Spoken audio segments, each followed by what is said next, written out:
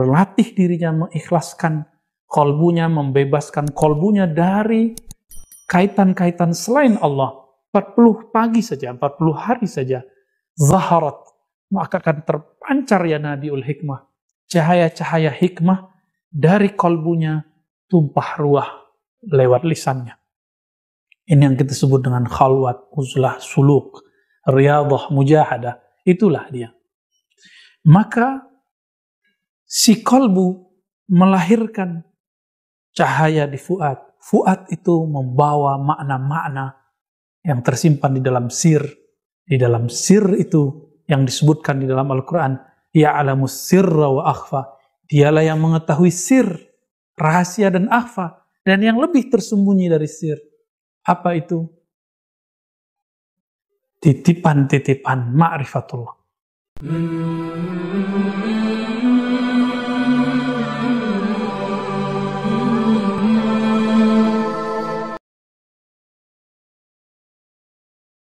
Bismillahirrahmanirrahim. Alhamdulillahirabbil alamin. Wassalatu wassalamu ala sayyidina Muhammad wa ala alihi wa ashabihi jema'in. Amma ba'du. Sahabat-sahabat dimuliakan Allah, di dalam kitab Sirrul Asrar yang dinisbatkan kepada Al-Imam Al-Qutub Rabbani Sidi Syekh Abdul Qadir Al-Jilani yang wafat tahun 561 Hijriah, disebutkan fasal ketiga mengenai hawanit al-arwahi fil ajsad. Kalau boleh diterjemahkan secara bebas, titik-titik ruh atau titik-titik koneksi ruh yang ada pada jasad. Ini terjemahan bebasnya. Maka disebutkanlah di sini bahwa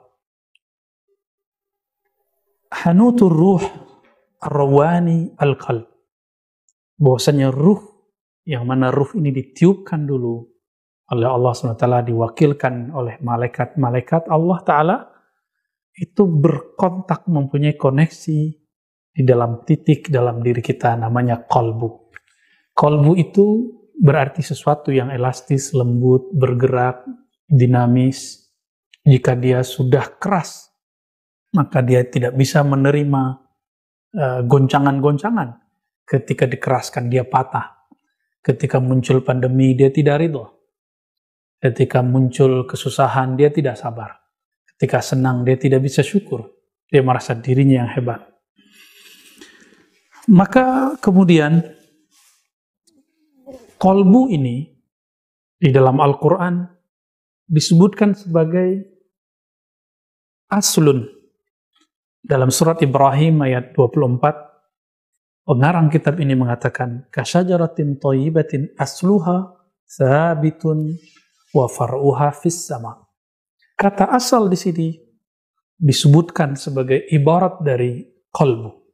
Maka qalbu adalah asal dari tubuh ini, yang ketika dia bekerja, melakukan tugasnya, yaitu menyebut asma Allah, walillahil asma'ul husna fad'uhu biha. Allah memiliki nama-nama yang indah, maka serulah, menyeru pertama kali dengan qalbu. Maka bercahayalah qalbu. Lapisan ini disebut dengan fuad. Di dalam fuad ini bercahaya lagi ketika diistiqomahkan 40 hari.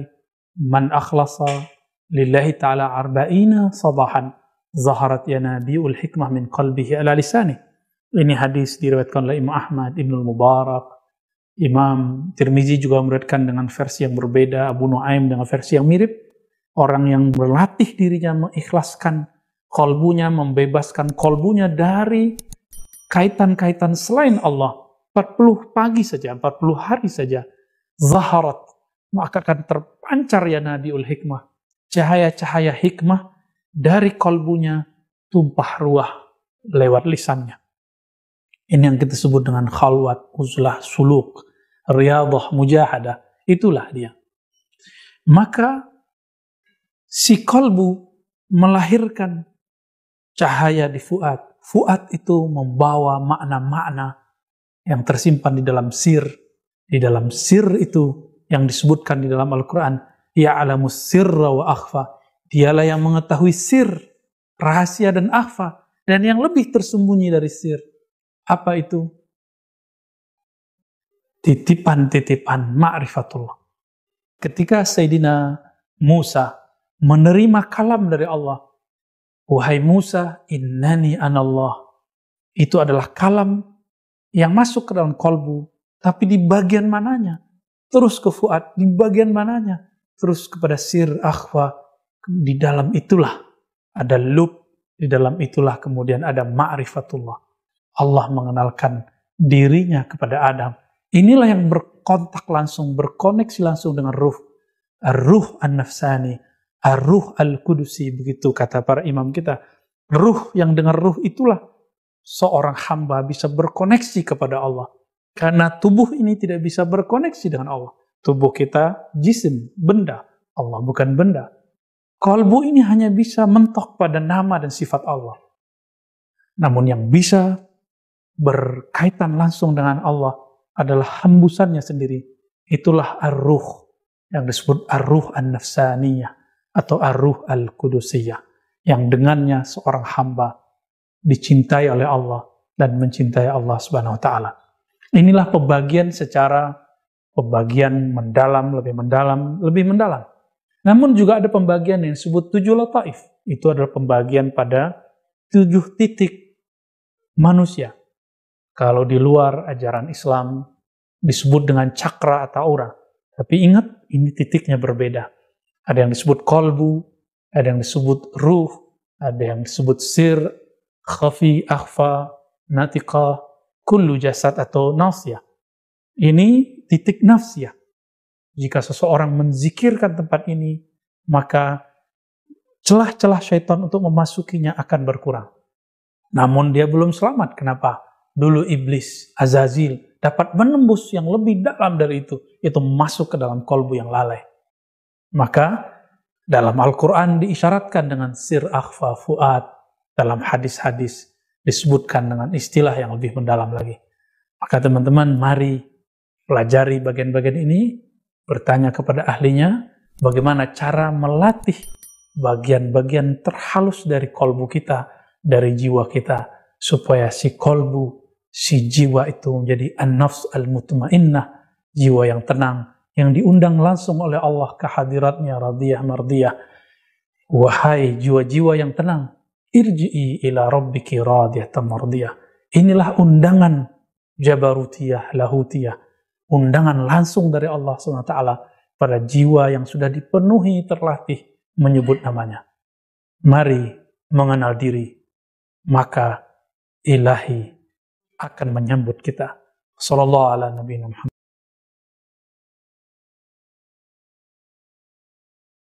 Wassalatu wassalamu ala sayyidil awwalin wal akhirin, Sayyidina Ahmad, Sayyidina Muhammad, wa ala alihi wa ashabihi wa li baitihi wa dhurriyyatihi ajma'in. Salatu wassalamu alaika ya Sayyidana ya Rasulullah. Sahabat-sahabat yang melakukan Allah, apakah itu yang disebut rumah Allah, Baitullah? Allah kan bukan jisim, bukan benda. Tentu Allah tidak butuh rumah, tidak memerlukan rumah. Lalu apa makna Baitullah? Baitullah berarti maudhi'un fihi ibadatullah. Tempat yang di dalamnya ada ibadah kepada Allah. Apakah tempat menyembah Allah itu masjid yang ada bangunan megah, ada kubahnya, ada tangga yang bagus, ada jendelanya yang melengkung, ada kubahnya kubah Persia, ada mihrabnya, ada karpet permadaninya yang luar biasa tebal. Apakah itu yang disebut masjid? Bukan, itu disebut bangunan masjid. Maka Nabi mengatakan, man bana masjidan, siapa yang membangunkan bangunannya masjid. Bina'al masjid, sebenarnya maknanya begitu. Banallahu lahu baitan fil jannah, maka Allah akan bangunkan bagi dia satu istana di surga.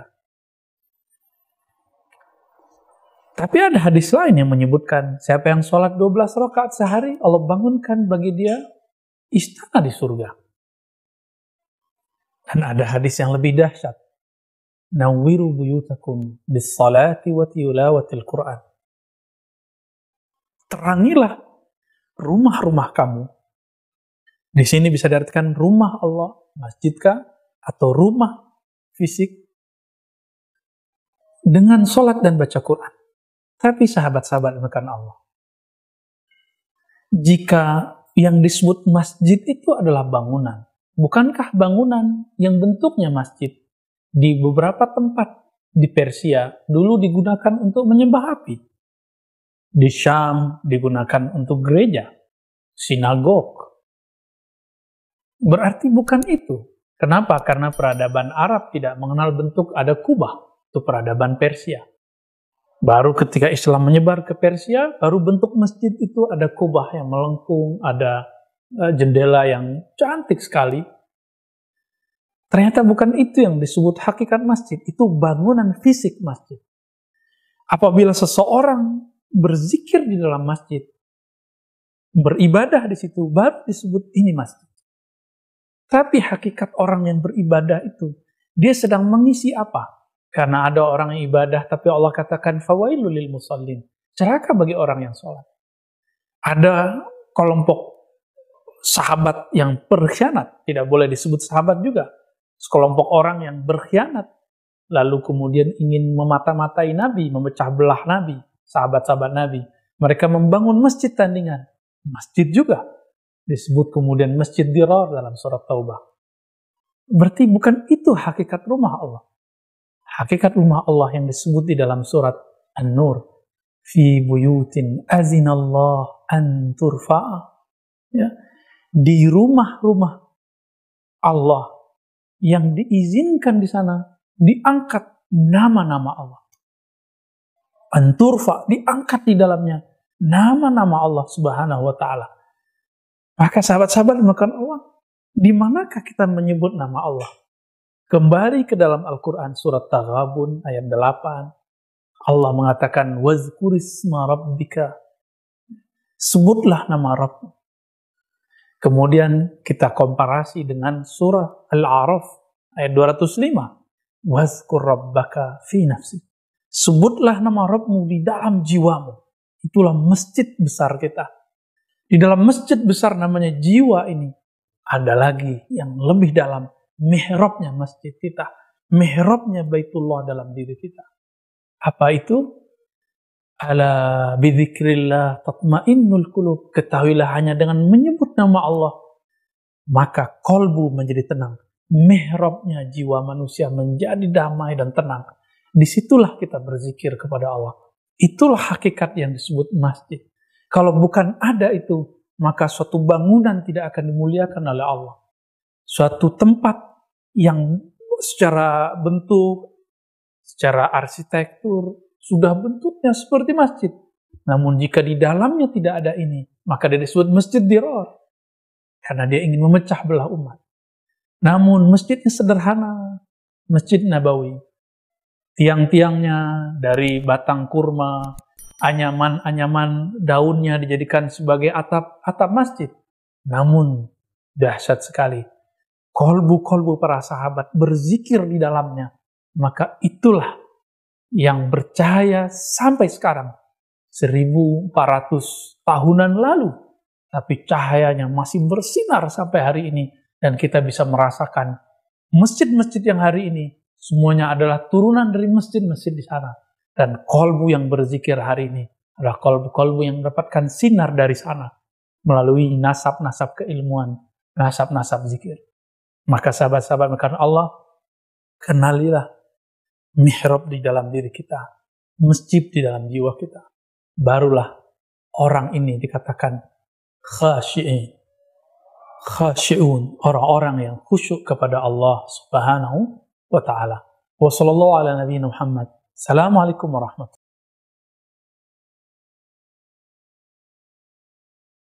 wabarakatuh. Walhamdulillah wassalatu wassalamu ala Sayyidina Rasulillah wa ala alihi wa li baitihi wa ashabihi wa tabi'in wa a'immatil mujtahidin wal muhaddithin. Amma ba'du.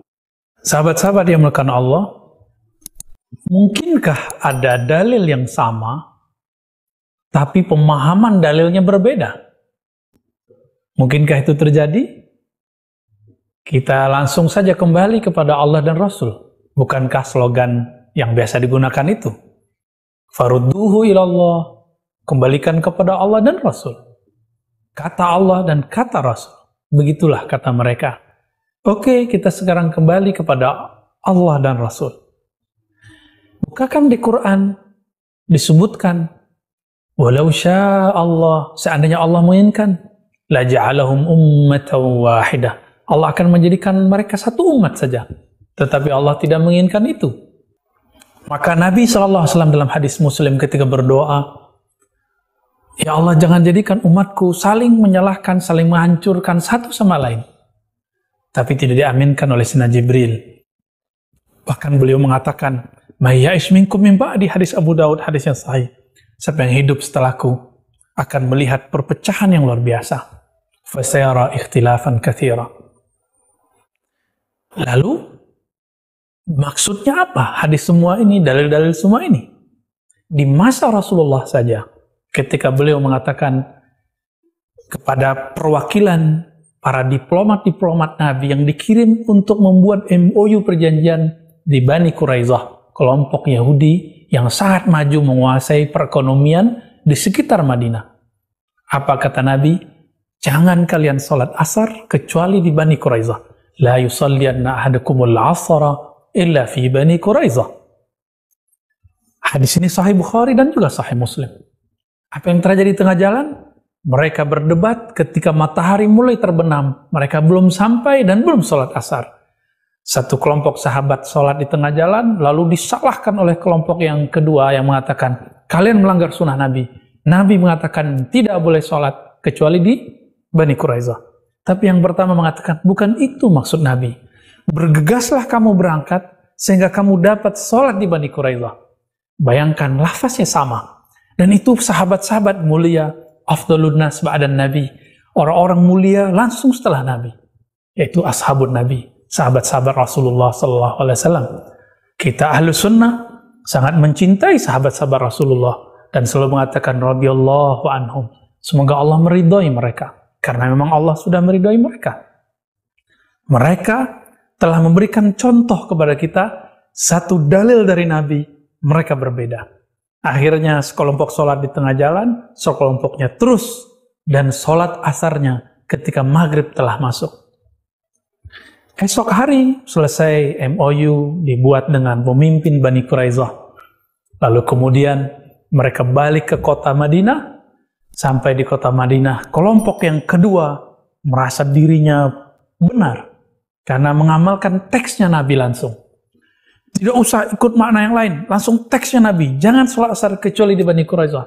Mereka dengan bangga datang kepada Nabi dan mengatakan, wahai Rasulullah, itu kelompok yang pertama, mereka tidak mengikuti sunnahmu. Mereka sholat asar di tengah jalan, bukan di Bani Quraidah. Apa kata Nabi? Mereka benar. Kami, wahai Rasulullah, sholatnya di Bani Quraidah, tapi sudah lewat maghrib. Sholat asar, tapi di waktu maghrib. Apa kata Nabi? Asabta sunnah. Kamu telah mengikuti teksnya sunnah. Berarti ada dua macam kebenaran, tapi menggunakan kata asaba.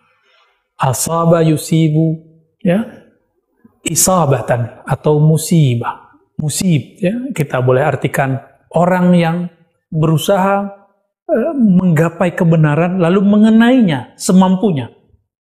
Itulah kebenaran yang disebut kebenaran ijtihadi, kebenaran hasil ijtihad, hasil kontemplasi, hasil renungan, hasil penggalian dari suatu teks. Ada dalil, ada usaha menggali dalil itu disebut dengan istinbat, disebut juga dengan istidlal. Usaha memaknai dalil, dalil istidlal. Karena sahabat Nabi radhiyallahu ta'ala anhum sudah berbeda, satu dalil ternyata beda faham. Lalu kenapa sekarang ada orang, ada kelompok, ada satu pemikiran yang menganggap satu dalil pemahamannya harus satu juga? Bukankah itu pengkhianatan atas Nabi? Itu adalah penghinaan terhadap sahabat-sahabat Nabi Sallallahu Alaihi Wasallam. Maka sahabat-sahabat dimulakan Allah, jika kita istiqomah mengikuti sunnah Nabi, sunnah salafus saleh, dan sayyidus salaf Nabi Muhammad Kemudian sahabat-sahabat Nabi Muhammad SAW, mereka memperkenankan perbedaan itu. Lanjut di masa sahabat Nabi, Umar berbeda dengan Abu Bakar, Utsman berbeda dengan Ali berbeda dengan Aisyah, berbeda dengan Muawiyah, berbeda dengan mereka saling berbeda, dan itu biasa. Dan yang paling banyak berbeda itu Sayyiduna Umar radhiyallahu taala anhu. Lalu kemudian di masa tabi'in, di masa tabi'in, puncaknya muncullah kemudian 4 mazhab. Mereka semua adalah pewaris para sahabat Nabi. Jika mengerti ilmu silsilah, ilmu sanad, Imam Abu Hanifah bersanad kepada Ibn Mas'ud. Imam Malik bersanad kepada Anas, kepada Aisyah, kepada Sa'id bin Musayyab, tabi'in. Imam Syafi'i juga ke sana, tapi juga jalur yang lain yang dia temui dari jalur ulama Baghdad, Yaman, dan lain sebagainya. Ada lagi satu imam, Imam Laits, tapi beliau wafat sebelum mazhabnya berkembang luas. Beliaulah yang menyokong mazhab Imam Malik. Karena sokongan beliau itulah akhirnya Imam Syafi'i kemudian mengadopsi sistem berpikirnya Imam Laits. Maka mazhab Imam Syafi'i adalah warisan ajaran sahabat Nabi, tabi'in, yang kemudian diformulasikan oleh Imam Malik, Imam Laits. Jadilah itu mazhab Syafi'i. Ada juga mazhab muridnya Imam Ahmad. Ada juga mazhab sahabat Imam Ahmad, Ishaq bin Rahawayh. Ada mazhab Abu Thawr yang kemudian mereka lebur dengan imam-imam tersebut. Dan masih banyak mazhab-mazhab yang lain. Mereka sepakat untuk tidak sepakat. Satu dalil, ada 4 mazhab. Lalu kenapa di zaman yang bukan zaman salaf, mereka hidup di zaman salaf, ulama salaf sepakat untuk berbeda memahami satu dalil, pemahamannya berbeda dengan apa yang kita pahami. Kenapa hari ini kita memaksakan orang sama dengan kita? Mari hargai perbedaan, bahwa satu dalil bisa dipahami dengan banyak pemahaman, bukan karena orang yang berbeda dan kita salah, tapi mungkin kita yang salah faham. Sallallahu ala Nabi Muhammad. Assalamualaikum. Muhammad Sayyidil Awwalin wal Akhirin, amma ba'du. Sahabat-sahabat yang melakukan Allah, adakah salafi yang original? Begitu kata teman saya di sebelah. Original dalam artian original atau yang sahih. Adakah itu? Kalau kita jawab ada, tentu kita harus mendatangkan bukti. Jika tidak ada, juga harus ada hujahnya. Dalam hal ini kita mengkiaskan, menanalogkan dengan apa yang kita bahas di waktu yang lain. Jika di antara kita yang mengaku saya ini keturunan Nabi, cukup buktikan mana silsilah nasabnya. Jika dia mengaku punya kemampuan ilmu sunnah, ilmu hadis, buktikan punya sanad ke Imam Bukhari dan Imam Muslim dan imam-imam yang lain. Sama halnya, salaf itu bisa diartikan masa, bisa diartikan tokoh-tokoh yang hidup di masa awal, abad pertama, kedua, ketiga Hijriah. Jika orang mengatakan, saya ini salafi, saya ikut salafi, silakan, buktikan saja mana sanadmu. Oh Ustadz, gak perlu pakai sanad, saya langsung saja ke Sahih Bukhari, langsung kepada Allah dan Rasul. Sahabatku tersayang, kalau antum mengaku berquran kepada Allah dan Rasul, dalam ilmu Quran ada namanya sanad Al-Quran. Tajwid itu sendiri ada sanadnya. Dan imamnya adalah Imam Jazari. Maka disebut dengan matan Jazariyah. Ilmu qiraat ada matan Syatibiyah. Ada matan-matan yang lain. Ada Amr Ad-Dani dan imam-imam yang lain. Yang mereka dalam ilmu hadis ibarat Imam Bukhari dan Muslim. Jadi ilmu tajwid sendiri ada sanadnya. Apalagi bacaan Quran yang kita baca. Al-Fatihah pun kami mengumpulkan banyak sanad dari para ulama. Cara membaca saja ada beberapa caranya. Ada yang satu ayat satu nafas. Ada yang semua satu surat Al-Fatihah satu nafas. Ada yang siratal ladzina an'amta alaihim diberhentikan, wakaf. Ada yang melarang wakaf, berhenti. Itu ada sanadnya. Dan itu bersambung kepada baginda Nabi. Ada yang basmalahnya dimasukkan ke bagian, dijaharkan. Ada yang tidak. Itu ada sanadnya. Buktikan kalau mengerti sanad Al-Quran. Jika tidak, mungkin kita baru tahu terjemah Al-Quran. Atau baru tahu mushaf Al-Quran. Bedakan kembali kepada Al-Quran. Itu mungkin maksud kita kembali kepada mushaf cetakan Madinah, cetakan Kudus, cetakan India, cetakan Mesir, cetakan Timur Tengah. Itu bukan kembali kepada Allah, itu baru kembali kepada mushaf. Karena mushaf yang sekarang, penulisannya pun berbeda dengan penulisan di masa Utsman. Di masa Sayyidina Utsman tidak ada titik, tidak ada baris. Jika antum mengatakan kembali ke zaman salaf, coba baca Quran zamannya salaf. Siapa yang sanggup membacanya? Saya pun tidak bisa membacanya. Karena tidak mendalami ilmu itu.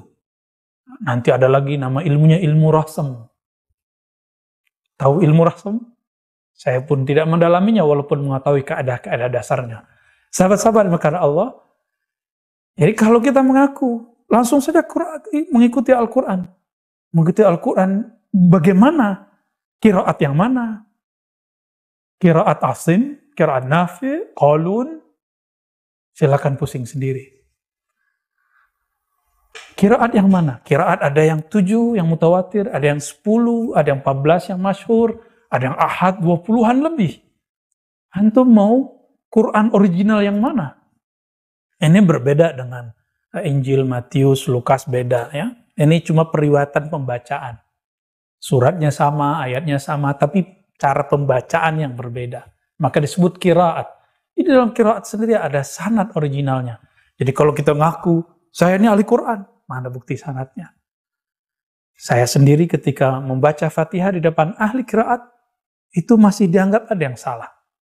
Katanya si dokter, tapi masih bisa salah. Ya begitulah. Karena dokter saya bukan dokter bidang qiraat.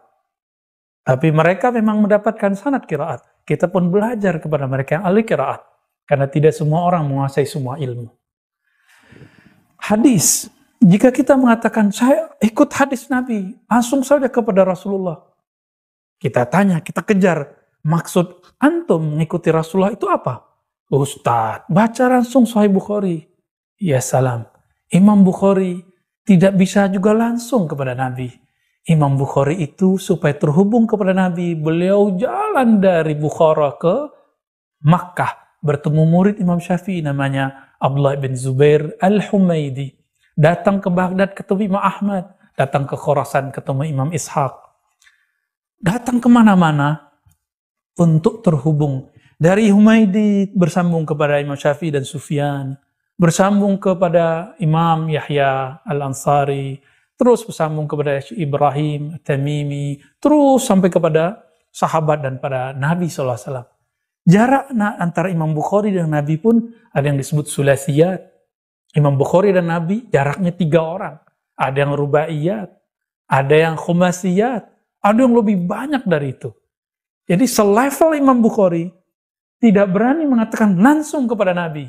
Lalu antum mengatakan langsung. Berarti ketika seseorang mengatakan saya ikut Nabi, langsung saya ke Bukhari, berarti belum paham siapa Imam Bukhari. Mari baca Sahih Bukhari, lihat bukan ringkasannya. Baca langsung matannya, bukan mantannya. Sahabat-sahabat makanan Allah, bacalah kitab hadis kepada ahlinya, nanti kita akan tahu. Hatta Imam Syafi'i pun punya sanad kepada beliau, baru orisinal, bahwa beliau ini terhubung kepada baginda Nabi SAW. Mari menjadi salafi orisinal. Salafi yang sahih, yang bersanad kepada baginda Nabi SAW. Allahumma salli wa sallim wa barik ala Sayyidina Muhammad wa ala alihi wa ashabihi ajma'in amma ba'du. Kita bersyukur sahabat-sahabat Allah karena kita hidup menjadi umat Nabi Muhammad, umat yang diberikan perangkat yang luar biasa, yang menjadi garansi bahwa ajaran kita walaupun sudah jauh berjarak dengan baginda Nabi, 14 abad lebih, tapi sama seperti yang diajarkan Nabi Sallallahu Alaihi Wasallam. Apakah itu? Ini yang kemudian menjadi garansi seorang Habib mengaku keturunan Nabi, maka garansi kebenarannya, kevalidannya adalah dia mempunyai silsilah nasab. Jika ada seorang ulama mengaku ikuti Nabi, maka dia harus punya silsilah sanad. Silsilah nasab itu bin fulan. Saya anak fulan secara biologis dan bersambung misalnya kepada baginda Nabi sebagai contoh. Yang pasti saya keturunan Nabi Adam alaihissalam. Mungkin di antara antum ada yang keturunan Nabi Musa jadi Yahudi. Ada yang keturunan Nabi Muhammad SAW, kita panggil Sayyid, Syarif, atau Al-Habib. Sahabat-sahabat berkata Allah, ada nasab disebut nasabul ilm, nasab keilmuan. Jika tadi seorang Habib mengaku dirinya zuriat Nabi, buktinya harus ada sanad, silsilah, nasab bin fulan dengan fam-fam tertentu yang jumlahnya ratusan. Maka saya, kalau ngaku saya ini ikut Rasulullah, ahlus sunnah, saya harus membuktikan bahwa akidah saya ada registrasi kepada imam-imam yang ada. Dan ini diakui oleh para masyayikh. Itulah yang disebut dengan ijazah sanad. Jika seseorang mengatakan saya ikut Nabi, ditanya fikihnya misalnya, fikih Imam Syafi'i, lalu harus dilihat dari mana dia mengambil fikih Syafi'i. Dari Syekh Fulan. Misalnya di Indonesia ada NU Muhammadiyah, ini paling gampang. Kalau di Palu ada Al-Khairat, Syekh Al-Jufri, Sayyid Al-Jufri. Kemudian di Sumatera ada Syekh Sulaiman Rasuli, ya, Tarbiyah Islamiyah. Di Lombok juga ada banyak sekali, di Banjar apalagi. Ini kemudian kalau mereka mengatakan kami semua Syafi'iyah, ini ngaku Syafi'i. Tinggal kita buktikan bahwa mereka benarkah mengikut Rasulullah. Kita lihat nasab fam keilmuannya kemana. Jika Habib ada Al-Attas, ada apalagi namanya, Al-Attas, Al-Idrus, Segaf, dan lain-lain, ada ratusan. Maka dalam bab fikih minimal ada 4 fam besar bahwa dia di keluarga Ahlus Sunnah secara fikih. Pertama, fam Hanafiyah, ada Malikiyah, ada Syafi'iyah, ada Hanbaliyah. Di luar itu diragukan. Sebagaimana ada seorang Habib Sayyid mengatakan, saya keturunan Rasulullah, tapi tidak tergabung kepada sekian ratus daripada fam yang sudah tertulis, terinclude di dalam penelitian yang sudah dikumpulkan oleh ulama-ulama habaib. Begitu juga teman-teman dalam bab akidah. Begitu juga dalam bab hadis. Ngaku ahli hadis Ahlus Sunnah, lalu kemudian membatalkan keilmuan sunnah ulama yang berbeda dengan dia. Lalu mengatakan langsung saja ke Bukhari, langsung saja ke Rasulullah. Ternyata maksudnya langsung ke Sahih Bukhari. Padahal Sahih Bukhari pun tidak langsung ke Rasulullah. Sahih Bukhari itu melewati imam-imam yang merupakan imam itu. Ada yang pendiri mazhab, Imam Ahmad bin Hanbali. Ada Ishaq bin Rahawai. Ada muridnya Imam Syafi'i, yaitu Al-Humaydi dan lain sebagainya. Maka sahabat-sahabat yang dimuliakan Allah, yang paling lucu, saya dikasih tahu oleh seseorang bahwa dirinya mempunyai sanad Quran.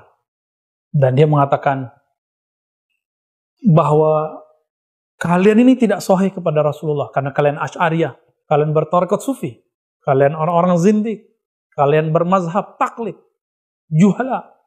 Lalu saya tanya, jika Anda berkenan, sebutkanlah sanad Anda kepada Rasulullah. Lalu dia menyebutkan sanad Qur'annya kepada Rasulullah. Apa yang membuat saya kaget? Sanadnya bersumber ada yang dari Mesir, ada yang dari Yaman, ada dari Syam. Saya membaca kemudian satu sanad yang dari Mesir. Ternyata 2 generasi di atasnya itu bersambung kepada seorang mursyid tariqah Naqsyabandiyah, mufti di sana di Mesir, bermazhab Hanafi, Syekh Muti'i. Beliau seorang imam yang agung dan bermazhab Hanafi, bertarekat Sufi Naqsyabandi, berakidah Asy'ariyah Maturidiyah. Ketika kita eksplor itu, tiada jawaban, tiada tanggapan. Katanya bersanad kepada Rasulullah dengan sanad yang bukan jalur Sufi, bukan jalur Asy'ariyah, bukan jalur ulama-ulama mazhab. Ternyata mau lari kemana? Tidak ada sanad di dunia ini, sanad Al-Quran, sanad hadis, sanad fikih, bahkan sanad kitab-kitab, melainkan terporos kepada beberapa ulama saja. Yang paling banyak, yang paling mengagetkan kita adalah kepada Al-Imam Syekhul Islam Zakaria Al-Ansari. Coba buka kitab sanad Syekh Yasin, kitab sanad Sayyid Muhammad Al-Maliki, kitab sanad ulama-ulama kita. Hampir semuanya berporos kepada Imam Zakaria Al-Ansari. 4 mazhab lewat beliau. Semua qiraah yang 7 lewat beliau. Semua jalur Quran lewat beliau. Jalur hadis lewat beliau. Meskipun ada jalur-jalur di sampingnya. Ada jalur Imam Suyuti, kawan beliau. Ada jalur Imam Sakhawi. Tapi itu satu rumput. Kalau jalur Imam Sakhawi ya jalur Suyuti ya jalur Zakaria Al-Ansari, sama semua. Di bawahnya ada jalur Imam Ramli, Ibnu Hajar Al-Haytami. Inilah kemudian berkembang sampai hari ini. Tidak ada teman-teman, sahabat-sahabat Allah, kita mau bersanad Quran, bersanad hadis, melainkan jalur mereka.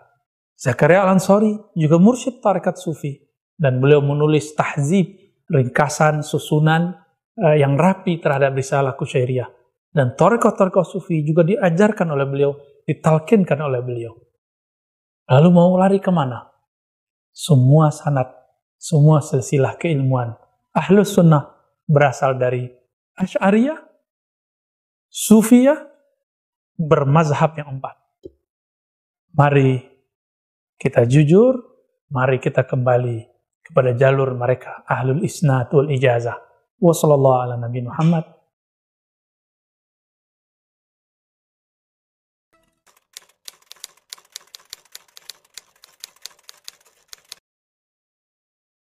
Alhamdulillah Rabbil Alamin, wassalatu wassalamu ala Sayyidil Mu'jizati wal Karamat, Sayyidina Muhammad sallallahu alaihi wasallam.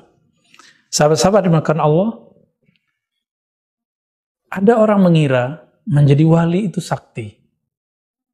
Menjadi wali itu punya keramat. Ternyata kalau kita merujuk kepada Al-Quran dan Sunnah, tidak ada keramat yang dipahami orang awam. Keramat bisa jalan di atas air, terbang, terlihat di beberapa tempat di waktu yang sama, dan lain sebagainya.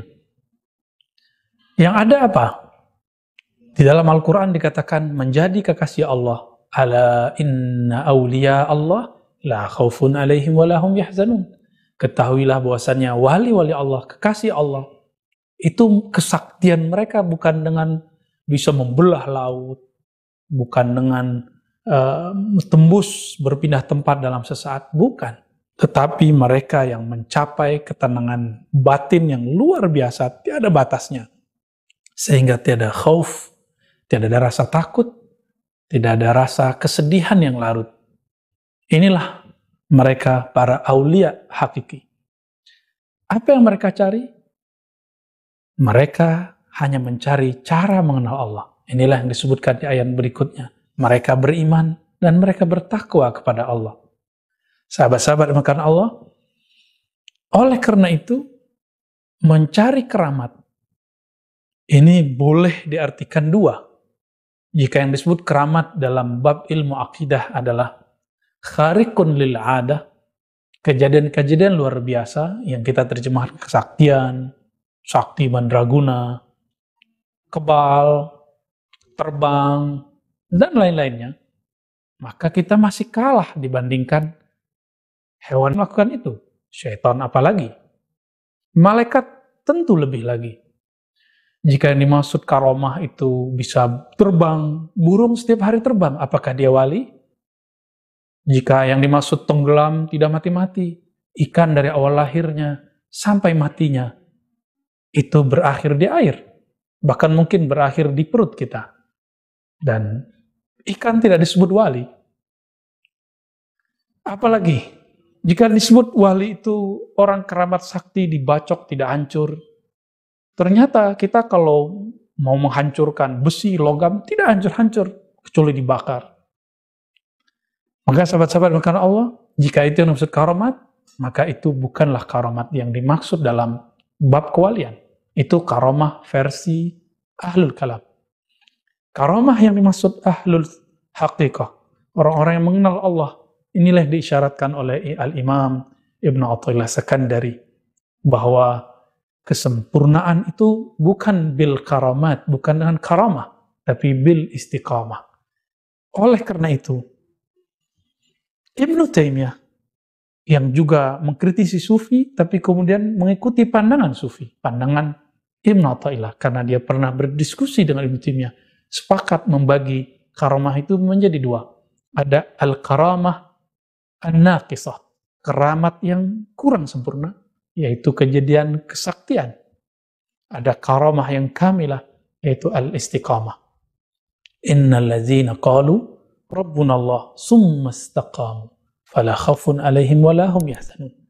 Orang-orang yang mengatakan Rabb kami Allah, lalu mereka istiqamah, itulah al-karamah al-kamilah, keramat yang sempurna. Sahabat-sahabat makan Allah, maka jangan cari keramat yang pertama, carilah keramat yang sebenarnya. Jika itu, inilah makna dari aslinya karamah, yaitu kemuliaan, kemurahan dari Allah, yaitu membuat kita istiqamah. Allahumma arzuqna al-istiqamah ala syari'atikal gharra wa tariqatikal bayda. Amin ya rabbal alamin. Bismillah wa salatu wassalamu ala sayyidina Rasulillah. Amma ba'du. Ada satu hal yang pelik saya sampaikan, tapi mesti saya sampaikan. Apa itu, sahabat-sahabat yang makan Allah? Ibn Taimiyah, Syekhul Islam yang wafat tahun 728 Hijriah, ternyata sangat respect dengan sufi-sufi yang masuk ke dalam kriterianya. Ini bisa kita lihat dalam kumpulan fatwanya, yang kumpulan fatwa itu ditartib dulu berserakan dalam beberapa manuskrip maktutot, lalu dikumpulkan oleh Syekh Abdurrahman bin Muhammad ibn Qasim dan dibantu oleh timnya. Sangat banyak sekali, 36 lebih jilid ya. Saya pun baru membaca belasan jilid. Itu pun lewat aplikasi yang namanya Syamilah. Karena secara ini saya tidak punya, kecuali punya perpustakaan pesantren. Di situ kita melihat luar biasa sekali. Ternyata Syekh Ibn Taimiyah sangat mengerti persoalan sufi. Barangkali ini adalah di hayatnya, bagian akhir hayatnya. Karena beliau sangat bijak. Beliau membagi sufi itu kepada sufi yang mengikuti syariat dengan sufi yang sudah terlewat, melanggar syariat, dan juga ada sufi yang dimaafkan secara syariat. Yang pertama itu seperti Syekh Abdul Qadir Jilani, Al-Junaid, seperti Imam Qushairi. Dan ternyata beliau mengkhatamkan kitab Qushairi ka'annahu qad hafizahu. Saya boleh mengatakan seakan-akan Syekh Ibn Taimiyah hafal Risalah Qushairiyah yang tebalnya lebih tebal dari kitab ini, yang saya punya Sirrul Asrar. Lalu teman-teman sahabat menekan Allah, karena beliau sangat mengerti, maka jawaban-jawaban beliau terhadap masail-masail sufiyah hampir semuanya merujuk kepada Al-Qushairi. Ini terlihat ketika beliau ditanya, wahai Tuan Syekh, kata Ibnu Qayyim, manakah yang lebih afdal, istighfar atau la ilaha illallah? Bukankah ada hadis afdalul dzikri la ilaha illallah, zikir yang afdal la ilaha illallah? Apa jawaban beliau? Jika pakaianmu kotor, kamu pakai dahulu atau kamu cuci terlebih dahulu? Itu adalah pertanyaan yang dinukil di dalam kitab Risalah Qushairiyah. Jawabannya tentu dicuci terlebih dahulu baru kita pakai. Istighfar dulu baru kita la ilaha illallah. Itu maknanya. Beliau sangat mengerti uslub ini. Maka kalau boleh saya sebut secara fikrah, Imam Ibn Taimiyah, Syekhul Islam, beliau bermanhaj, bertorikoh sufi, torikohnya Imam Abul Qasim Al-Qushairi, torikoh Qushairiyah. Yang torikoh Qushairiyah ini belakangan dianut oleh Qadiriyah, Naqsyabandiyah, Syaziliyah, Ba'alawiyah, dan torikoh-torikoh yang lain. Lalu ada jalur yang mengagetkan. Syekh Muhammad Hafiz At-Tijani dalam risalah-risalahnya dan syekh-syekh yang lain menemukan jalur lain beliau yang ini dinukil dalam beberapa majalah ilmiah tentang sanad hadis di Mesir beberapa waktu yang lalu. bahwa Syekh Ibn Taimiyah terhubung kepada murid-murid dari Syekh Ibn Qudamah dan Syekh Ibnul Jauzi. Mereka berdua adalah Hafiz Al-Faqih, adalah murid langsung dari Syekh Abdul Qadir Al-Jilani. Maka beliau tidak pernah meragukan kesufian Syekh Abdul Qadir. Bahkan di 2 jilid di Majmu' Fatawa, beliau bertindak seakan menjadi pensyarah, pengurai kalam-kalam hikmah dari Sidi Syekh. Dan yang paling membuat saya takjub, beliau menyebut Syekh Abdul Qadir dengan sebutan Sidi Syekh, Tuan Guru. Dan menyebut doa belakang nama yang kita sebut taqaddus, qaddasallahu sirrah atau quddisa sirruh. Setiap menyebut Syekh Abdul Qadir Jilani langsung ada kalimat quddisa sirruhu atau qaddasallahu sirrahu. Teman-teman yang melakukan Allah, ini tidak ada kecuali di kalangan sufi. Tidak ada tradisi mentaqadduskan seorang alim, seorang tokoh kecuali di kalangan sufi. Maka ini besar kemungkinan setelah beliau berjibaku berdebat dengan Ibnu Athaillah Sakandari, dengan Al-Bakri, dengan banyak ulama, baru kemudian karena Ibnu Taimiyah dipenjara, kemudian beliau berkontemplasi, sehingga dikatakan oleh beberapa penulis sejarah yang dihikayatkan juga oleh Imam Ibnu Qayyim Al-Jauziyah, beliau ini khatam Quran berkali-kali dalam sholat. Dan yang paling jelas teman-teman, pengakuan Ibnu Qayyim Al-Jauziyah. Silakan buka kitab beliau Al-Wabil As-Sayyib. Begitu juga Madarijus Salikin. 2 kitab ini adalah bukti otentik dari muridnya yang menceritakan, yang menghikayatkan, menuliskan lafaz-lafaz kata-kata sufi di akhir hayatnya Ibnu Taimiyah. Maka jika saya mengkritisi Ibnu Taimiyah, itu tidak lebih adalah menukil kritikan ulama tentang Ibnu Taimiyah. Karena selevel saya tidaklah pantas mengkritisi Ibnu Taimiyah. Namun saya menukil kritikan Imam Subki, Imam Ibnul Ala Al-Bukhari, Syekh Al-Kautsari, dan macam-macam yang lain. Mereka, dari nukilan-nukilan mereka lah, kita gabung, kita simpulkan, kita mengkritisi kitab-kitab beliau yang bersifat kalami. Namun kita memuji dan pilih kitab-kitab yang berhaluan Ahlus Sunnah wal Jamaah, baik dalam fikih, akidah, ataupun bab tasawuf. Dalam akidah misalnya, kitab akidah beliau yang paling dekat kepada Ahlus Sunnah adalah Al-Aqidah Al-Wasithiyah. Walaupun ada beberapa ya catatan di sana, tapi itu aqrabu ila Ahli Sunnati wal Jamaah. Maka sahabat-sahabat yang dimakan Allah, jangan heran sesekali kita akan buka kajian kitab Al-Wabil As-Sayyib, Madarijus Salikin. Madarijus Salikin dapat diartikan maqamat para salik. Salik istilah sufi. Salik orang suluk. Maka ke depan kita akan eksplorasi kitab-kitab tersebut, akan kita bawa, kita akan tunjukkan kepada teman-teman saudara yang karena Allah. Inilah kesufian Ibnu Taimiyah, qaddasallahu sirrahu, sebagaimana ditaqadduskan oleh Ibnu Qayyim rahmatullah alaih.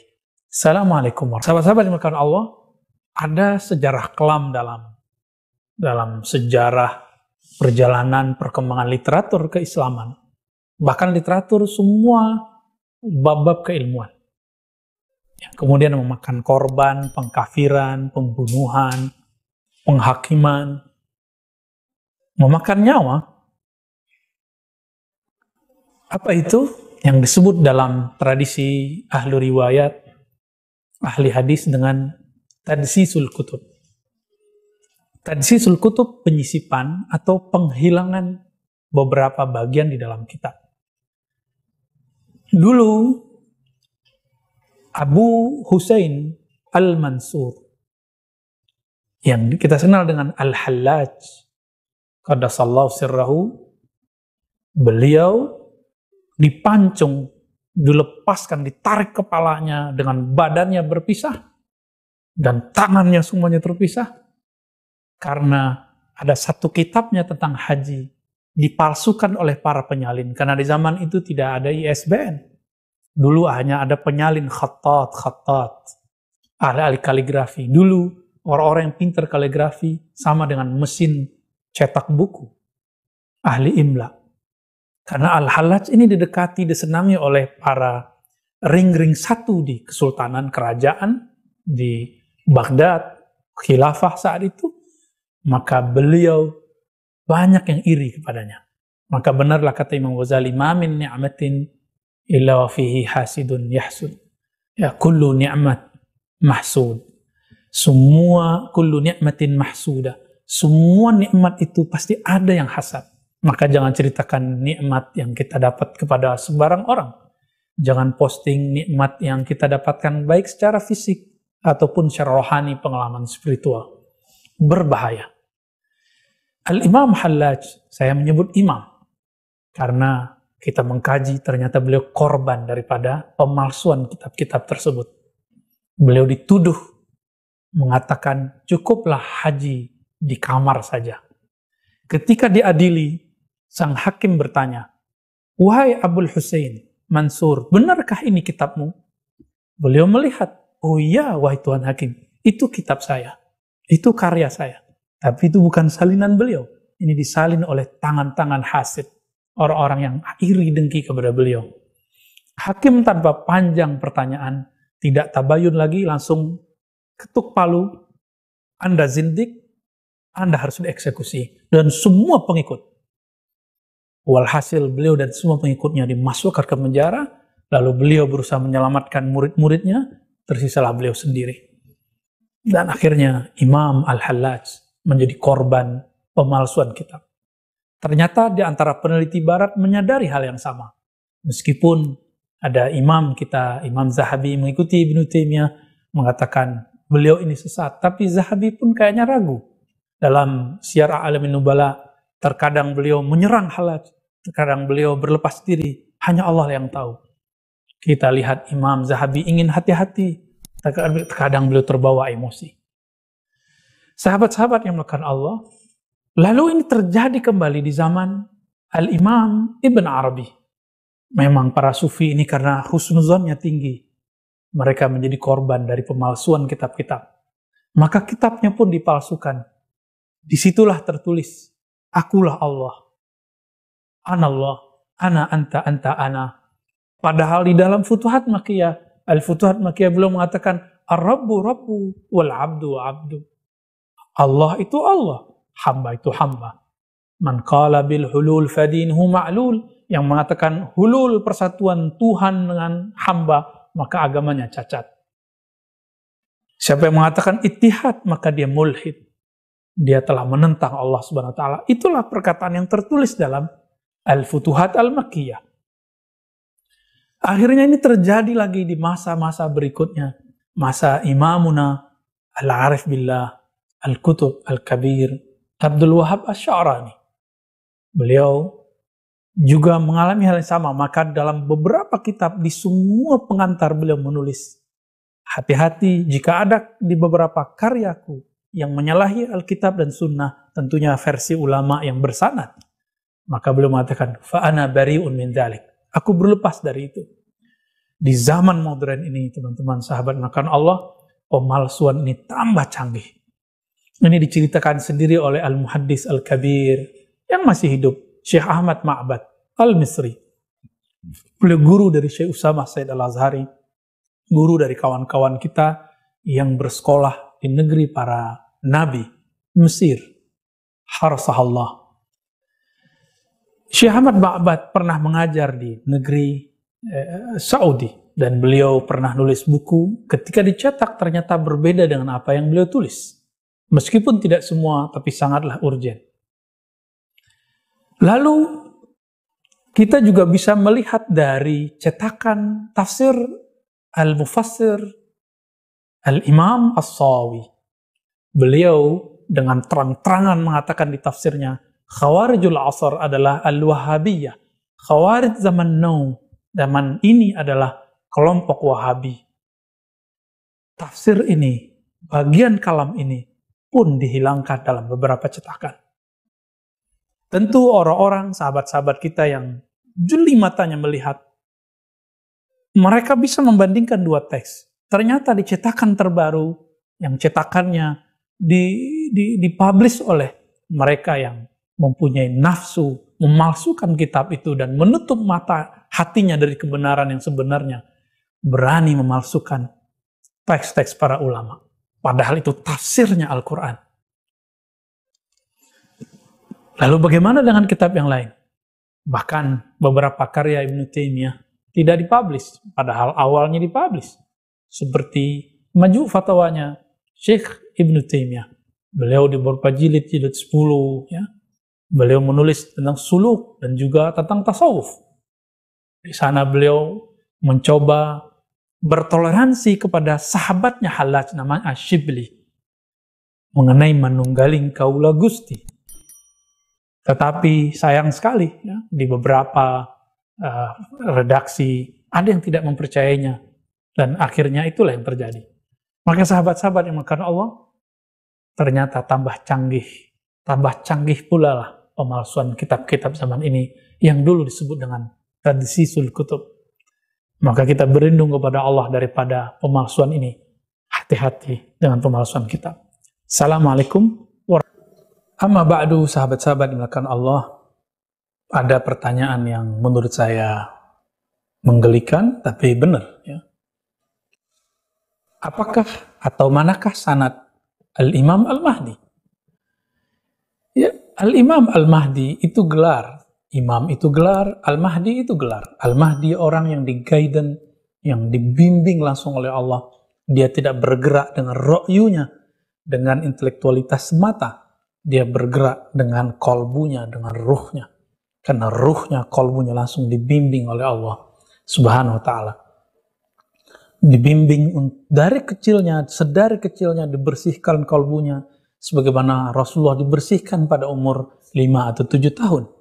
Maka Al-Mahdi juga mengalami hal itu. Kemudian melakon seperti manusia biasa, memerankan hal-hal yang biasa diperankan manusia. Dulu beternak domba, berdagang, bekerja pada seseorang yang kemudian ternyata menjadi pasangannya. Itu mungkin akan berulang dalam formulasi yang berbeda. Mempunyai kendaraan tertentu, warna tertentu, nanti akan terulang kembali. Dalam hal ini, apakah Al-Mahdi mempunyai sanad keilmuan? Tentu. Jika seorang faqih punya guru, seorang mursyid punya mursyid sebelumnya, pasti hal itu terjadi. Namun, siapakah mursyidnya? Kita tentu tidak dapat memastikan, tapi kita dapat menemukan ciri-cirinya. Bahwa al-isnad minad din, bersanad bagian dari agama. Tentu dalam thariqah dia ada sanadnya, dalam fikih dia ada sanadnya, dalam akidah dia ada sanadnya. Dan yang paling pasti, baginda Nabi SAW mengatakan apa? Al-Mahdi min walid Fatimah, Al-Mahdi minni, min itrati. Mahdi dari keturunan Fatimah, dari keturunanku. Ini asumsi saya saja. Semoga benar di sisi Allah dan Rasulullah. Hari ini kebanyakan zuriat Rasulullah akidahnya Ahlus Sunnah dengan manhaj Asy'ariyah. Ini bisa kita cek di Yaman, di Indonesia, di Malaysia, Singapura, dan sekitarnya, di India, bahkan di Mesir, sampai ke ujung Maroko. Mereka berakidah Ahlus Sunnah Asy'ariyah. Bahkan kalau daerah sana, itu mereka terang-terangan mengatakan besar kemungkinan seorang Al-Mahdi mempunyai sanad kepada Imam Abul Hasan Asy'ari. Ini tentu asumsi saya, ya, bisa jadi salah, tapi insya Allah ini mendekati kepada kebenaran. Dan yang kedua, kebanyakan zuriat Nabi hari ini bermazhab Syafi'i, tapi mengerti mazhab-mazhab yang lain, seperti Al-Habib Umar, Al-Habib Al-Adni, dan para habib-habib di negeri kita. Kecuali ada Said Muhammad Alawi Al-Maliki, beliau Maliki, tapi juga mengajarkan Syafi'i, maka boleh disebut Syekh Maliki wa Syafi'i. Ma'an, ya, sekaligus. Besar kemungkinan beliau juga bermazhab Syafi'i. Tapi ini hanya asumsi saya. Karena di beberapa kitab ulama Hanafiyah, mereka mengatakan besar kemungkinan bermazhab Hanafiyah. Yang Malikiyah mengatakan Malikiyah. Syafi'iyah mengatakan Syafi'i. Hanbali mengatakan Hanbali. Pendek cerita, Al-Mahdi menguasai semua mazhab itu. Dan apakah Al-Mahdi ini punya sanad tarekat? Tentu. Jika tidak, apa legitimasinya bahwa ia terhubung kepada Nabi melalui sanad ke ilmu tarekat? Pasti dia juga bersanad ke Syekh Abdul Qadir Jilani.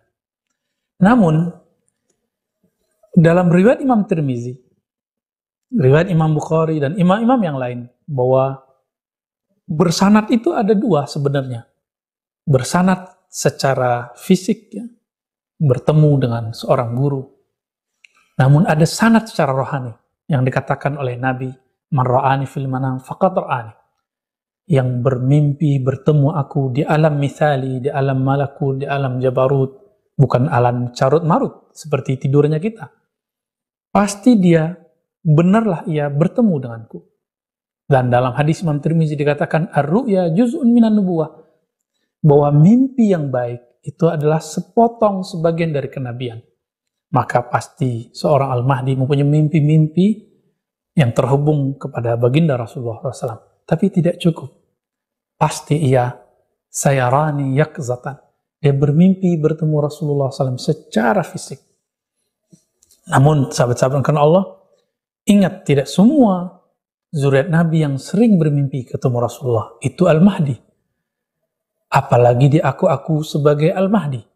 Tidak mungkin, karena Rasulullah ketika sudah mendapatkan nubuat, bahkan setelah diangkat menjadi seorang Rasul, beliau pun tidak terang-terangan kemudian berdakwah.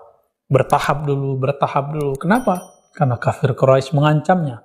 Orang Yahudi pun di masa itu ingin membunuhnya. Seperti yang dikatakan oleh Bukhairah, seorang rahib ahli kitab. Tidak mungkin mengumbar, karena ini urusannya nyawa. Pasti Allah sembunyikan, Allah rahasiakan di suatu tempat yang kita tidak tahu, yang diketahui hanya oleh ahlinya, oleh orang-orang yang mengenal keilmuan tentangnya. Semoga kita dapat segera mengenalnya, sehingga mengetahui visi hidup kita dan perjuangan kita yang sebenarnya. Wassallallahu ala Nabi Muhammad. Salam.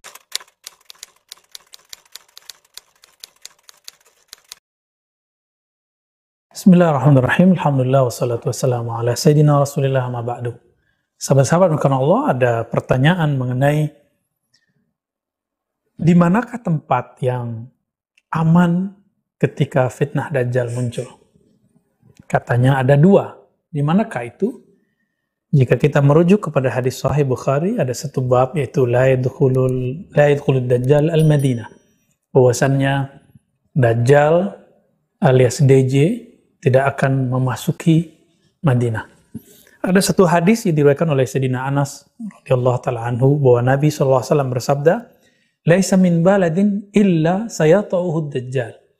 Tidak ada suatu negeri pun, balad, satu negeri, termasuk Indonesia, Malaysia, Singapura, semuanya, Amerika, China, Eropa, Australia, Afrika, semuanya, Yaman, Hadramaut, semuanya akan dilibas habis oleh Dajjal, kecuali illa Makkah wal Madinah, kecuali Makkah dan Al-Madinah. Laisa lahu min niqabiha naqabun illa alaihi al-malaikatu safina yahrusuna. Tidaklah ada satu naqab. Naqab itu artinya jalan antara perbukitan-perbukitan, sama dengan sanaya atau saniya. Melainkan di sana ada malaikat-malaikat yang yahrusun, yang menjaganya. Tentunya Dajjal dapat melihat, karena Dajjal dulu waktu kecilnya bernama Samiri, pernah diajar oleh Sayyidina Jibril, harapannya dia kemudian kembali. Tapi ternyata namanya karena Ibnu Azazil, anak daripada iblis, susah untuk kembali. Summa tarjuful madinatu bi ahliha salasa rajafat. Lalu terjadi rajafat, gempa yang luar biasa di Madinah. Maka sahabat-sahabat karena Allah, di sini disebutkan 3 kali gempa besar. Nanti ketika Dajjal mendekat, Dajjal sudah keluar, sudah zuhur, maka akan terjadi gempa luar biasa di muka bumi. Dan Nabi menyebutnya salasa rajafat. Kita tidak tahu kalau sekarang ada gempa hebat 7 skala Richter, kalikan saja 3. Barangkali dapat diartikan, ya mungkin 20 skala Richter. Saya tidak bisa membayangkan itu. Ya. Ini salah satu pemahaman daripada ini. Juga bisa diartikan 3 kali gempa.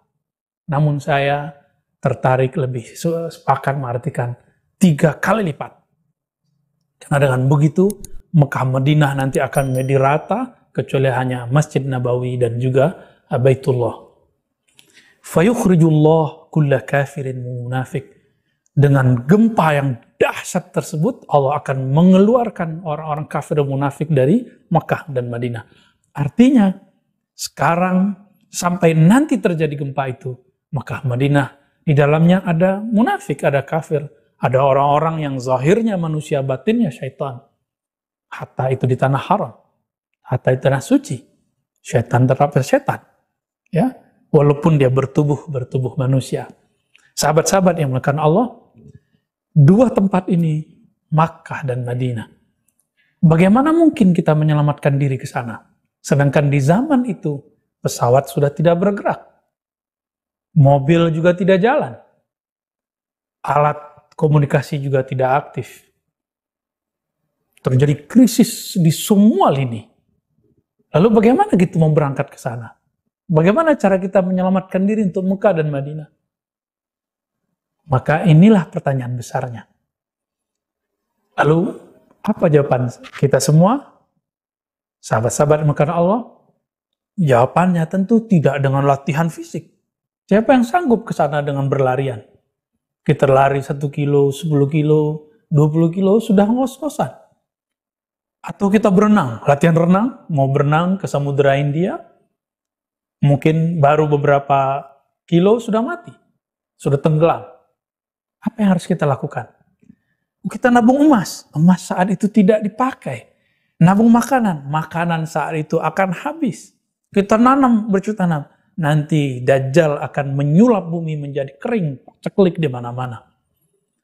Maka jangan hiraukan lagi kata-kata, asumsi, dorongan-dorongan yang mengatakan, ayo kita nabung emas untuk persiapan akhir zaman. Bukan, sahabat-sahabat makan Allah.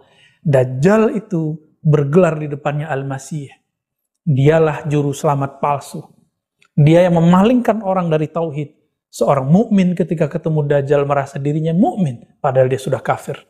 Maka satu jalan saja untuk selamat daripada Dajjal, yaitu an na'rifallah haqqa ma'rifati.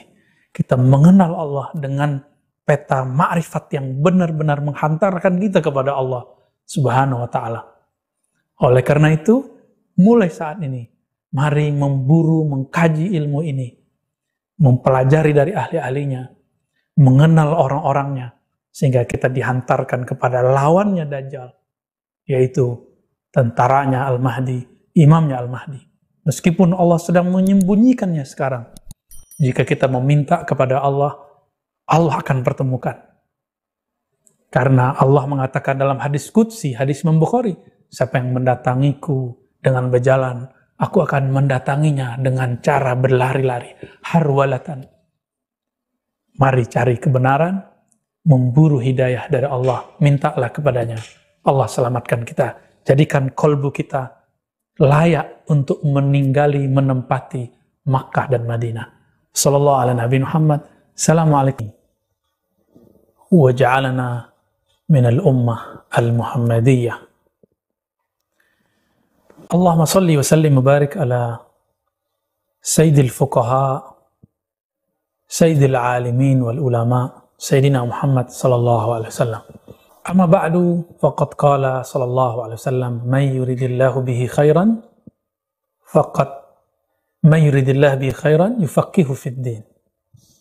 Sahabat-sahabat dimulakan Allah, hadis tadi diriwayatkan oleh Imam Bukhari. Ada yang riwayatnya mu'allaq, ada yang muttasil, ada yang diriwayatkan Imam Tirmizi muridnya dengan riwayat yang juga muttasil, bersambung kepada Nabi. Siapa yang Allah kehendaki baginya kebaikan, maka dia dimudahkan bertafakuh, mendalami agama. Ciri-ciri orang yang dimudahkan dalam bertafakuh adalah dipertemukan dengan ahli-ahli agama. Bukan ahli yang abal-abalan, tapi mereka yang mempunyai garansi kesahihan dalam ilmunya. Dalam hal ini, jika ada yang bertanya, apakah tips memondokkan, menyekolahkan anak di sekolah-sekolah agama? Sahabat-sahabat maka Allah, jangan bangga dulu kalau anak kita sekolah agama, jika sekolah agama yang kita maksud belum jelas hulu sumbernya dari mana. Hulu ini penting sekali. Jika hulunya keruh, maka hasil di muaranya juga keruh. Jika terputus, maka nanti juga akan terputus. Jika keras, nanti akan keras. Jika lembut, nanti akan lembut. Jika sahih, nanti juga sahih. Apakah kalau kita mau mondokin anak, kita cari pondok-pondok yang cepat serba instan dalam tahfiz Quran? Bukan. Yang bangunannya bagus? Bukan. Yang santrinya banyak? Belum tentu. Yang kiainya terkenal? Belum tentu. Lalu bagaimana? Kalau ingin memondokkan anak, apa kata Imam Ibnu Sirin yang wafat tahun 110 Hijriah? Kalam ini sudah ada dari abad kedua Hijriah.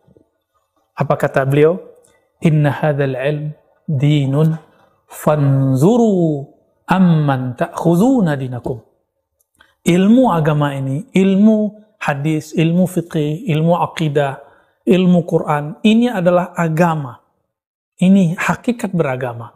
Maka perhatikanlah kamu berguru kepada siapa, kamu belajar kepada siapa, kamu sekolahkan anakmu kemana.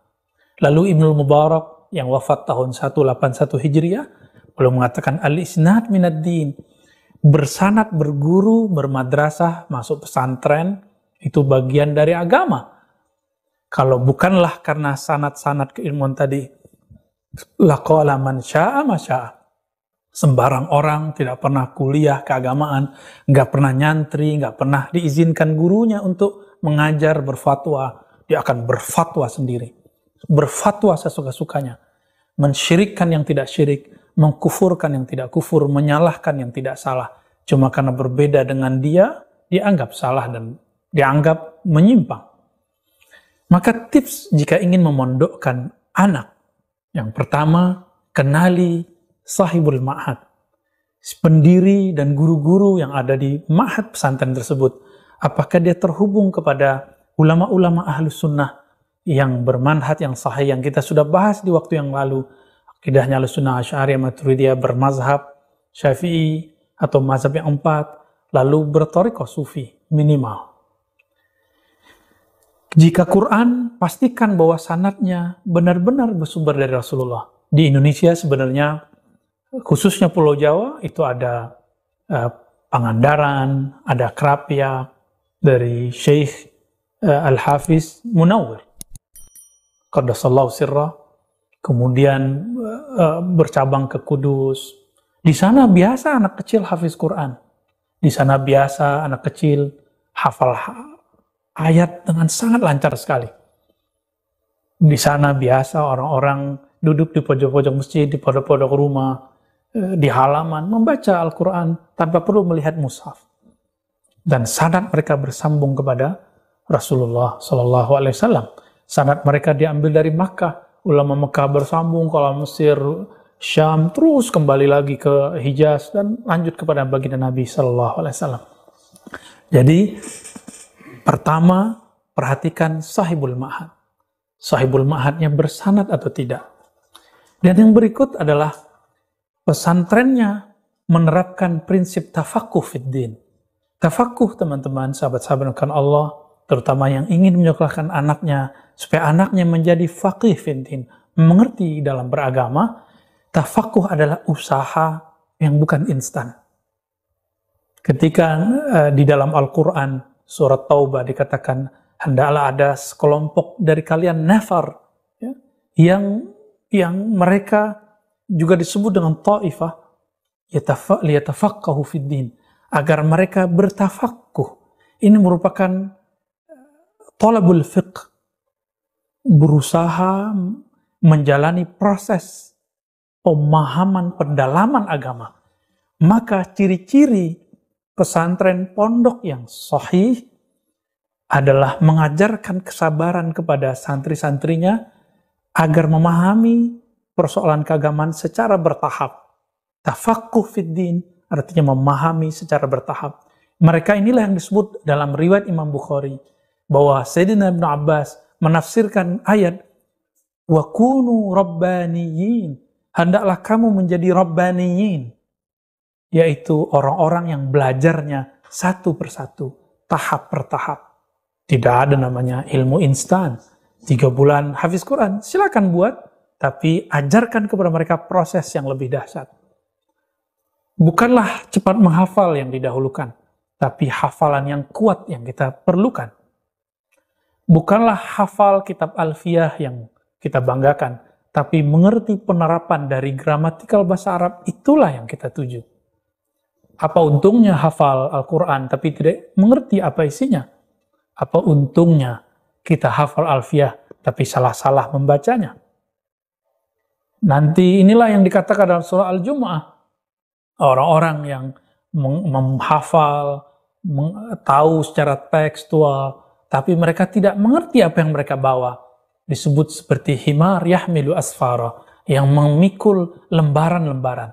Semoga kita jauh dari itu. Wal'iyyazubillah. Maka kami menghimbau diri kami sendiri dan kita semua.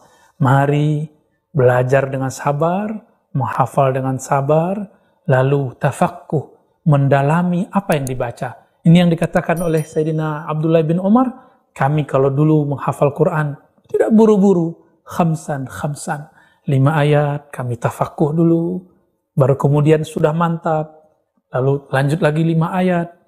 Inilah yang juga dipesankan oleh salah satu murid dari Syekh Yasin Al-Fadani, yang masih hidup, yaitu Syekh Yahya Al-Ghawthani. Jika engkau menghafalkan Quran, cukup khamsan.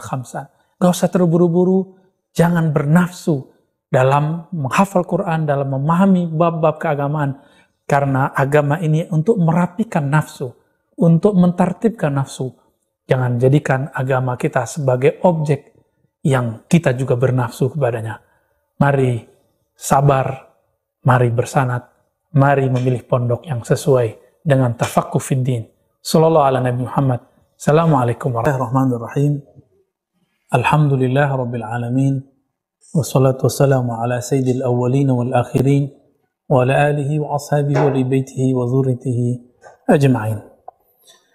Sahabat-sahabat karena Allah, seperti yang antum lihat di tangan saya ada kitab yang juga pernah kita bahas di waktu yang lain.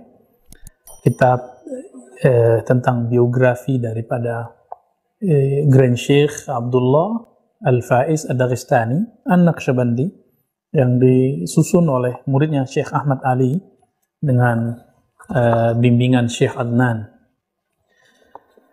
Apa yang akan kita bacakan di sini? Jadi ada permintaan. Kata orang di kitab ini ada wasiat dari Grand Sheikh Abdullah Al-Faiz Ad-Daghestani. Jika ia ada, di halaman berapa dan di bagian mana? Karena maklum tidak semua muhibbin Syekh Abdullah Al-Faiz, Syekh Nazim itu mampu membaca kitab. Betul. Dan perlu saya kasih tahu lagi bahwa saya bukan orang yang bertorikot haqqani ataupun torikot Syekh Nazim, tapi saya sangat mencintai beliau, mencintai Syekh Abdullah Faiz, karena bagi saya mereka ini adalah prototipe orang-orang yang mufarridun, yang disebut dalam hadis Nabi sabaqal mufarridun, sungguh telah dahulu orang-orang yang mufarrid. Siapakah mufarridun wahai Rasulullah? Kata sahabat Nabi. Nabi kemudian mengatakan dalam hadis Muslim, al-zakirin Allah wal-zakirat, laki-laki ataupun perempuan yang banyak menyebut nama Allah. Di sini saya kaget sekali. Ini tidak perlu antum tiru, karena ini persoalan yang berat, ya. Riyadhah yang sangat berat, hanya orang-orang yang kekuatan kerohaniannya mengikuti kerohanian ulama-ulama zaman salafus saleh. Syekh Abdullah Faiz Daghestani, apabila beliau sedang berkhalwat melakukan riyadhah, latihan rohani, bukan di hari-hari biasa, lalu terpikirkan dunia, maka beliau menganggap wudhunya harus diulang kembali. Dan apabila beliau kemudian lama cenderung kepada dunia, kalau tadi baru kepikiran, lalai sebentar saja, maka beliau wudhu. Jika beliau asik dengan dunia, maka beliau mandi tobat, lalu sholat tobat. Dan memang para aulia-aulia Allah mewarisi dari qalbu Nabi SAW rasa bertobat, rasa hina dina di hadapan Allah. Inilah Syekh Abdullah Al-Faiz Ad-Dagestani. Wajar beliau kemudian disebut Grand Sheikh di kalangan para pencinta beliau. Lalu kira-kira apa wasiat beliau di dalam kitab ini? Setelah saya membaca dengan bertawuz kepada Allah SWT dan salawat kepada baginda Nabi Muhammad SAW, kita menemukan ada satu wasiat beliau di halaman 69 dan 70. Silakan perhatikan secara seksama. Nanti semoga teman-teman kita bisa menampilkannya. Beliau mengatakan dalam risalahnya, Bismillahirrahmanirrahim, Alhamdulillah Rabbil Alamin, wassalatu wassalamu ala man la nabiyya ba'dah amma ba'du. Saya akan ringkas. Beliau mengatakan, laqad umirtu, aku diperintahkan dengan ilham-ilham yang merupakan berasal dari pertemuan rohaniah dengan baginda Nabi. Ya, bisa jadi dalam keadaan mimpi ataupun yaqzah, tidak disebutkan di sini. Setelah melatih seorang murid namanya Nazim Afandi, seorang ulama dari Turki, beliau menyebutnya liwaladi, anakku. Jadi ternyata para masyayikh ini menyebut muridnya dengan anakku, waladi. Setelah beberapa lama berkhalwat, lalu kemudian mendapatkan warisan kerohanian, amalannya diwariskan, makomatnya kemudian dicapai, kebeningan kolbunya juga dirasakan. Maka beliau mengatakan, faqad ahadtu biha kullaha ila waladi Nazim Afandi. Maka aku serahkan kepemimpinan spiritual dalam thariqah ini kepada Nazim Afandi. Waqad asraitu ilaihi sirra hadin nisbati syarifah fi imamiyati thariqatil aliyah. Aku telah mensirkan, menitipkan rahasia nisbat yang mulia dari keimaman kepemimpinan thariqah yang mulia ini. Wa amirukum an tujaddidul ahda ma'ah. Lalu aku menganjurkan kalian untuk memperbaiki thariqah kepadanya. Tentunya setelah beliau mengatakan ini. Dan itu di waktu hidupnya. Ya. Wa bi ta'atihi haitsu man ata'ahu faqad ata'ani wa man asahu faqad asani. Ini ada salah cetak ya. Wa qad aqamtuhu fi hayati, aku telah menempatkan dia di makom kemursyidaan di waktu aku hidup, wa ba'da irtihali, ya, walaupun dan tentunya setelah aku meninggal. Fi dustil irsyad bi amrin nabi, di makom kemursyidaan tentunya dengan isyarat-isyarat kerohanian dari Nabi sallallahu alaihi wasallam. Tentu saja kita harus memahami bahwa ini isyarat kerohanian karena secara fisik baginda Rasulullah sallallahu alaihi wasallam telah wafat. Maka tidak mungkin itu pertemuan fisik. Ini pertemuan ruhani. Karena jangankan Nabi Muhammad, para syuhada pun masih hidup. Apalagi Nabi Muhammad sallallahu alaihi wasallam. Ya. Lalu dikatakan di bagian tengahnya, wa artahilu min hadhihi dunya wa altahiku birrafiqil a'la wa ana radin an salasa. Jika kita terjemahkan secara umum, apabila aku telah meninggal dunia, maka aku ridho kepada 3 orang. Siapa itu? Inilah pengangkatan beliau langsung kepada murid-murid beliau. Nazim Afandi yang kita sebut dengan Syekh Nazim Al-Haqqani, kemudian Adnan Afandi dan Hisham, yaitu Hisham Qubbani. Wa idza lam yatawajad waladi Nazim Afandi falwasi tsani Adnan. Apabila Syekh Nazim tidak dapat ditemukan atau tidak berjodoh, ya, maka diteruskan oleh wasiat kedua, itu Syekh Adnan. Jika yang kedua, di lafaznya ini sangat unik sekali, warubbama mat, dan barangkali Syekh Adnan wafat duluan. Ketika lafaz Syekh Nazim tidak disebutkan umat, wafat. Tapi ketika disebut Syekh Adnan, beliau mengatakan, mengisyaratkan bahwa Syekh Adnan akan wafat duluan. Warubbama mat, fal wasius salis Hisham. Maka wasiat, penerima wasiat yang ketiga yaitu Syekh Hisham Qubbani. Berdasarkan ini teman-teman sahabat-sahabat Allah, wajar jika terjadi, mohon maaf kepada teman-teman muhibbin Haqqani, muhibbin Syekh Abdullah Dagestani, muhibbin Syekh Hisham, muhibbin Syekh Muhammad. Saya mencintai mereka semua. Saya mengatakan ini dari hati paling dalam. Teman-teman, la tatafarraqu. Jangan berpecah belah. Karena masyayikh kita menangis jika melihat murid-muridnya berpecah belah. Ketika Syekh Nazim mengangkat khalifahnya dari anaknya, Syekh Mehmet, itu memang hak beliau. Karena seorang mursyid punya hak sendiri mengangkat murid. Namun, Syekh sebelumnya juga punya hak. Maka wajar kemudian muncul beberapa opini bahwa ini yang lebih berhak, ini yang lebih berhak. Teman-teman, karena Allah, jika seorang murid sudah diangkat jadi mursyid, nah sebenarnya dia boleh mengangkat bahkan 1000 mursyid. Apatah lagi cuma 1-2 orang. Ya. Namun, itu berlaku di barisan zawiyah beliau tentunya. Misalnya, saya punya murid 3.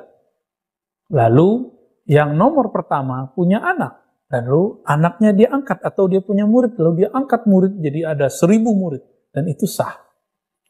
Saya punya wasiat yang 3 tadi. Wasiat itu tetap berlaku. Tapi ketika yang pertama membuat wasiat sendiri, karena dia sudah ditempatkan di makam kemursyidaan, maka wasiat dia juga boleh diteruskan.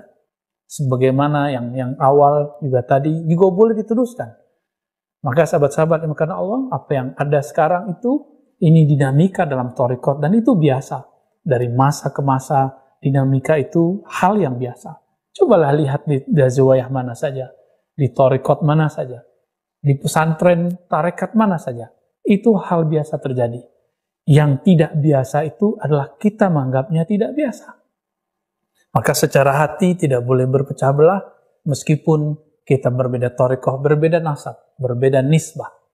Sahabat-sahabat karena Allah, inilah yang diwasiatkan beliau. Oleh karena itu, kurangi perselisihan, jangan beropini, karena teksnya sangat jelas, dan kita menghormati keputusan semua para masyayikh.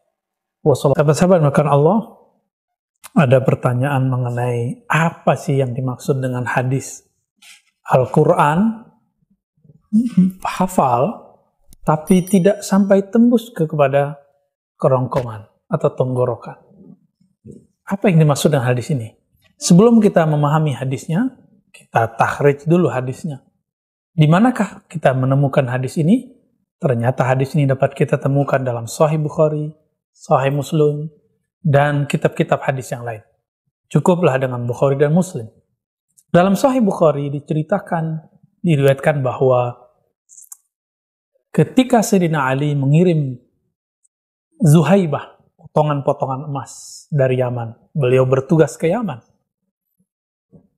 Lalu Nabi membagi Zuhaibah tadi, potongan emas tadi, kepada beberapa bagian.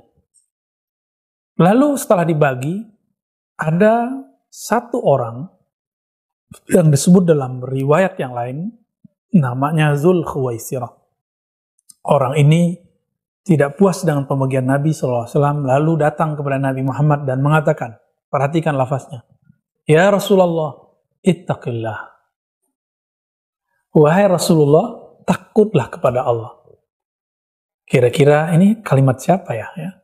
Mungkin teman-teman pernah dikata-katai dengan lafaz ini. Kalau saya hampir tiap hari. Maka ketika mendapatkan lafaz ini, langsung memori kita terbang sampai kepada kisah Dzul Khuwaisirah. Mendengar itu, Sayyidina Khalid bin Walid langsung kemudian mau menghunuskan pedangnya dan mengatakan, Ya Rasulullah, izinkan aku menyembelih dia. Menebas lehernya. Apa kata Nabi? Jangan. Barangkali dia masih sholat. Apa kata Khalid bin Walid? Wahai Rasulullah, hatinya tidak benar. Hatinya munafik. Apa kata Nabi? Inni la umar an unaqqiba ma fi sudurin nas. Lebih kurang begitu jika dilafazkan. Aku tidak diperintahkan untuk ngecek, membuka isi hati orang. Untuk menghukumi isi hati orang. Itu sebabnya Nabi masih menyolati Abdullah bin Ubay yang dari dulu berkonspirasi ingin membunuh Nabi. Tapi Nabi kemudian masih menyolatkannya. Sampai kemudian turun ayat, La tusalli ala ahadin minhum. Jangan solatkan siapapun dari munafik. Tentu munafik di zaman Nabi sudah disebutkan namanya. Kalau sekarang jangan tuduh siapapun munafik. Jangan-jangan kemunafikan itu ada di dalam diri kita. Na'udzubillah min dzalik. Sahabat-sahabat dimulakan Allah, akhirnya Khalid bin Walid pun tidak jadi menebas leher Zulkhuwaisirah. Tapi Nabi mengatakan, sayakhruj min di'di hadza, ya, akan keluar dari kelompok ini, dari orang ini, qaumun yatluna ayatillahi ratbah, sekelompok orang yang sangat fasih membaca ayat Quran, ratbah, bahkan banyak, tapi tidak tembus kepada kerongkongan tenggorokan mereka, enggak tembus sampai ke dalam dada mereka. La yujawis taraqihim. Lalu di ujung hadis inilah yang menyeramkan. Fa idza laqitumuhum faqtuluhum. Kalau nanti, bukan yang sekarang, kalau nanti kalian bertemu mereka, faqtuluhum. Faqtuluhum bisa diartikan bunuh mereka jika itu di zaman fitnah, atau lawanlah mereka, imbangilah mereka jika itu di zaman yang masih beropini. Sahabat-sahabat maka Allah, apa maksudnya? Mereka hafiz Quran, tapi hafalannya tidak tembus menyentuh dadanya. Padahal Allah menurunkan Al-Quran kepada fuadnya Rasulullah, kolbunya Rasulullah, maka kolbu Rasulullah menjadi lembut. Tapi mereka setiap kali belajar agama, hatinya semakin keras. Maka saya sampaikan kepada sahabat-sahabat maka Allah, perhatikan. Mereka lah yang disebut dalam hadis Khawarij. Kelompok yang membelot dari ajaran Nabi, membelot dari pemimpin-pemimpin yang sah, yaitu Sayyidina Ali. Mereka lah yang membunuh Sayyidina Ali. Itulah Ibnu Muljam. Dia hafiz Quran, dia tahajud setiap malam, tapi ketika mau menikah dengan seorang perempuan Khawarij, maharnya adalah membunuh Sayyidina Ali. Dan dia pun membunuhnya. Karena dia bertambah hafalan, bertambah keras kepala, bertambah ilmu, tapi tidak bertambah kelembutan. Ini ciri-ciri Khawarij dimanapun ada, pada masa apapun dia ada. Sahabat-sahabat maka Allah, jadi yang akan jadi musuh kita di akhir zaman ini adalah, yang pertama kali adalah kelompok Khawarij. Kami berdoa semoga siapapun yang bergerak di rumah-rumah tahfiz, di pondok-pondok tahfiz, di program tahfiz, terlindungi dari ajaran-ajaran Khawarij. Mari para penghafiz Quran, lembutkan hati, berhusnuzon kepada orang, lakukan seperti yang Nabi lakukan, tidak menghukumi seseorang dengan isi kolbunya. Tambah hafalan, tambah kelembutan, tambah ilmu, bertambah ketawaduan. Sallallahu alaihi Muhammad. Salam.